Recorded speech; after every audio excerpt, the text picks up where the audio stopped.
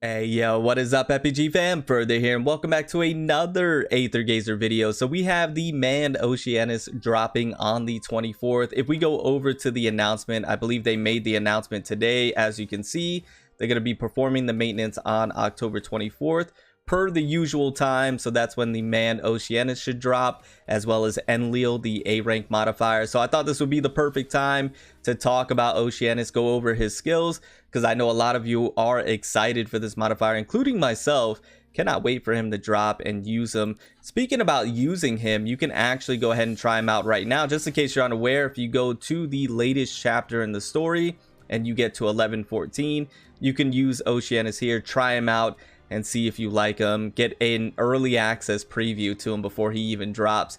11:13, you can actually use the A rank modifier Enlil, so keep that in mind if you want to go ahead and test him out. He's actually very cool. We might do a separate video on him going over his skills, but let's go ahead and talk about the man Oceanus, the drip god himself, the gentleman, if you will. Now, I really like Oceanus. He's flashy, he's fast, and he brings something very unique to Aether Gazer. Like most modifiers, he brings clones, or they call them ghosts in this game. So if we go over to the skills, we're gonna go over them. Once again, he's not super overly complicated, but he is nuanced. There is an optimal way to play Oceanus, and I still have to practice with him myself. I still need to learn the optimization of his skills and kit, but I do have a decent understanding of what's going on, so we're going to go ahead and go over that. Let's go ahead and talk about the normal attack, ebb and blow. Is that a play on words? Ebb and flow, ebb and blow? It could be, I'm not too sure. Anyways, for the normal skill, you're going to brandish the sword, you're going to deal water damage, and you're going to trigger a Riptide when the third strike of the normal attack hits. Now the Riptide, the ghost on the field that dashes, or the clone you could call it, dashes towards the locked on enemy, dealing water damage equal to that percentage of attack, and resets the duration of ghost. That is when the Riptide happens. Now for the passive, creates a ghost by casting Rushing River, which is his skill 1, or triggering Ocean Blur, which is his dodge, which lasts on the battlefield for 6 seconds. Now Rushing River, once again his skill 1, can generate up to 2 ghosts on the battlefield at one time, and the Ocean Blur, his dodge, can generate up to 1 at a time. No more ghosts will be generated after the limit is reached, which I believe, if I'm not mistaken, the limit is 3 ghosts or clones can be on the field at one time. Now let's go ahead and talk about his skill 1, Rushing River. Essentially, you're going to dash at the target. You can deal water damage to the enemy, and you're going to create 1 clone or ghost, and you're going to trigger the flow upon landing a hit. Now all ghosts on the field will deal water damage to their surroundings equal to that percentage of attack in total. Now refreshes duration of ghosts and triggers the flow again, so you have to keep that in mind. Now the flow deals water damage to surrounding enemies equal to that percentage of attack in total when a ghost is created. Now I failed to mention earlier that he is a melee trace modifier, so traces gains 1 trace upon each skill hit, which I really do personally like trace modifiers. I find them very enjoyable to use. Moving on to skill 2, Tide Surge. Now disappears into the air and deals water damage to enemies to the front equal to that percentage of attack in total. It's a hard hitting skill, so you have to keep that in mind. Expends all ghosts on the field when the mod owns 2 or more traces, so that's very important. With each ghost expended, increasing melee damage dealt by the mod by 6% for 8 seconds. So he's self-buffing himself for his melee damage with this skill 2, which is very, very nice. This is what's going to allow Oceanus to be a hard-hitting modifier. I do think he has the potential to do a lot of DPS if used correctly, right? Then so moving on from there, after that, then recreates the ghost expended around the locked on enemy while dealing water damage to surrounding enemies equal to that percentage of attack in total. So from my understanding, if once again I'm understanding this correctly, you do the skill 2, it expends all the ghosts on the field.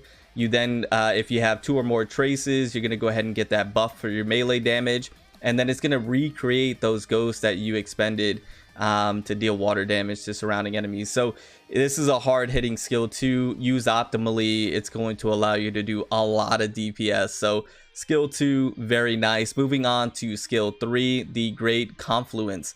Absorbs the ghosts that are within certain range around the mod. Every one ghost absorbed increases skill damage by 6% for 8 seconds. So not only can he buff his own melee damage, but he can buff his skill damage, which is incredibly cool. I can't think of too many modifiers that are able to self buff themselves like this. And then if you pair him, let's say for example Hera, of course, is probably one that comes to mind right away, being able to buff him even more, you can see how his damage starts to ramp up exponentially. Now moving on from there, also expends all traces present, with every one trace expended increasing ghost non-dot damage dealt by 12% for 8 seconds.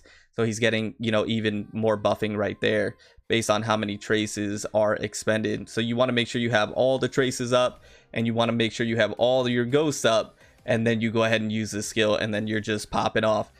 Now moving on from there, the mod deals water damage to the enemy equal to that percentage of attack. Once again, a beefy percentage.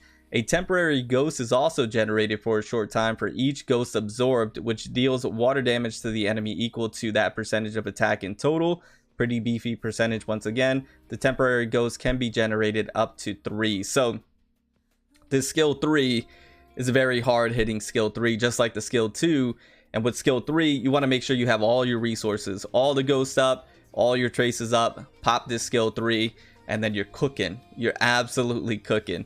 Moving on to the ultimate, the Boundless Seas generates a flow blade and slashes with it, dealing water damage equal to that percentage of attack in total over a large area.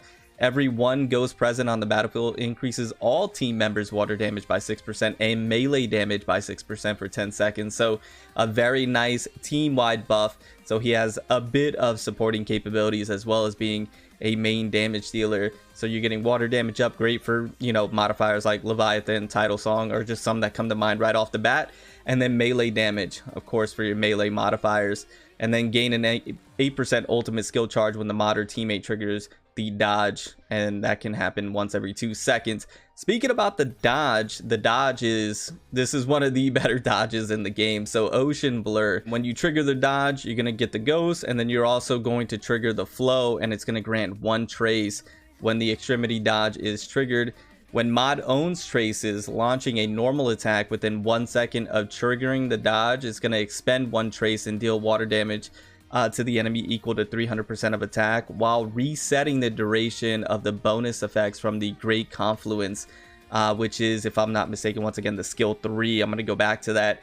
Now this is what's pretty nutty. The dodge effect increases the mod's armor pierce by 18% for 6 seconds. So there's a lot going on within this dodge skill. So when you actually activate the Ocean Blur, you're going to get a ghost, you're going to go ahead and get 1 trace, you're going to trigger the flow, you're also going to go ahead and do even more damage for water damage when you expend 1 of the traces after 1 second of triggering the dodge, and you're going to reset the duration of the bonus effects from the Great Confluence, and you're getting armor pierce by 18% for 6 seconds. That's a whole lot of things happening at the same time, and the Great Confluence is this skill 3. So this is pretty nutty. All in all, pretty nutty, and all in all, such a really cool modifier. Has very synergistic kit. All of it flows together very well, and it's just fun to play this modifier. Extremely fun, right up my alley, and I'm interested to see what you guys have to say about him. Anyways, let's go ahead and jump into, I know I was probably, hopefully, showing some gameplay of him while I was going through it. Oh, by the way, let me go to his access key. They just have a generic functor on there. Sigils, they went ahead and did the Mermaid's Tear, which is understandable, and the Decree of Waves, which is for the traces. So this is the one that they're going with. And then if we go to the codes, they only have the yellow one unlocked. They don't have the other one, so I can't see what the other ones do, unfortunately, but you can see what the yellow one does. Make sure we have everything down pat here, and make sure I can showcase them very well. And I was supposed to dodge there. I was waiting for the dodge, and I still got hit. Anyways, the dodge is super important. You want to make sure that you are doing dodges frequently, at least triggering it as much as you can. I'm going to go and do skill 2. I still hit somebody. I'm going to do skill 1 real quick. Do skill 3. And just make sure. But yeah, very fast, very flashy. All right, got that. Okay, now we're in the modified mode. I'm gonna try and get another ghost. I'm gonna go ahead and do the ultimate because I'm not gonna be able to get another ghost right now. Could do that, and then I'm gonna do skill 3, expend everything. Oh, I'm getting tagged up. I did skill 2 too far away. And see if I can trigger the dodge. There we go. And that skill 1, it goes a very far distance very quickly, which I really like. But anyways, I hope you guys enjoyed the video. I hope you got something from it. Let me know in the comments down below if you're excited about Oceanus. Once again, I certainly am. Cannot wait for this modifier to drop. And yeah, I'll see you guys in the next one. Remember to stand out, be different, have fun, go further beyond in everything that you do. My name is Cody. You call me further. I'll see you all in the next one. Bye, guys.